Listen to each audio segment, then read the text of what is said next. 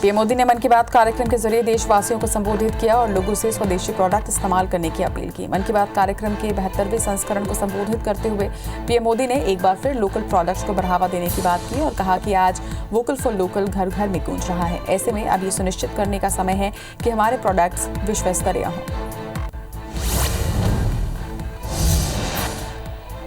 इम्फाल में जनसभा को संबोधित करते हुए गृह मंत्री अमित शाह ने कहा कि मुझे कहते हुए गर्व हो रहा है कि प्रधानमंत्री ने 6.5 साल के अंदर पूर्वोत्तर भारत में विकास की बाढ़ लाने का काम किया है। मूल निवासियों के लिए इनर लाइन परमिट की मांग करते करते मणिपुर वाले भूल गए थे। 2019 में मोदी जी ने मांगे बगैर इनर लाइन परमिट देने का काम किया। अमित शाह ने कहा कि इस एरिया में पहले बाढ़ आती थी, लेकिन अब विकास की बाढ़ है। नॉर्थ ईस्ट अलगाववाद और हिंसा के लिए जाना जाता था, लेकिन पिछले 6 साल में सभी आतंकी संगठन एक के बाद एक हथियार डाल चुके हैं। हिंसा में कमी आई है, वही मुझे उम्मीद है कि बाकी के संगठन भी हिंसा छोड़कर मुख्य धारा में शामिल होंगे। तुर्की के पूर्वी क्षेत्र में आज भूकंप के तेज झटके महसूस किए गए। एलांजिक प्रांत में आए भूकंप की तीव्रता रिक्टर पैमाने पर 5.3 दर्ज की गई। वहीं तुर्की के गृह मंत्री सुलेमान सोयलू ने ट्वीट कर ये जानकारी दी। उन्होंने कहा कि भूकंप की वजह से किसी की जान जाने की कोई खबर नहीं मिली है।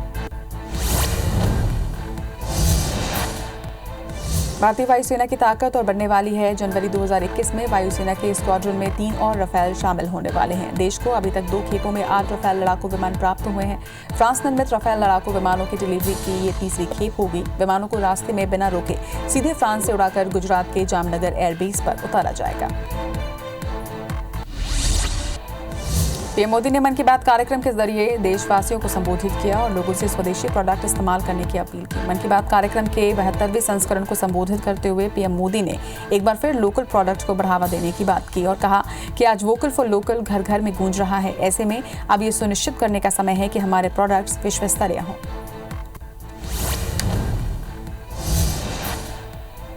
इम्फाल में जनसभा को संबोधित करते हुए गृह मंत्री अमित शाह ने कहा कि मुझे कहते हुए गर्व हो रहा है कि प्रधानमंत्री ने 6.5 साल के अंदर पूर्वोत्तर भारत में विकास की बाढ़ लाने का काम किया है। मूल निवासियों के लिए इनर लाइन परमिट की मांग करते करते मणिपुर वाले भूल गए थे।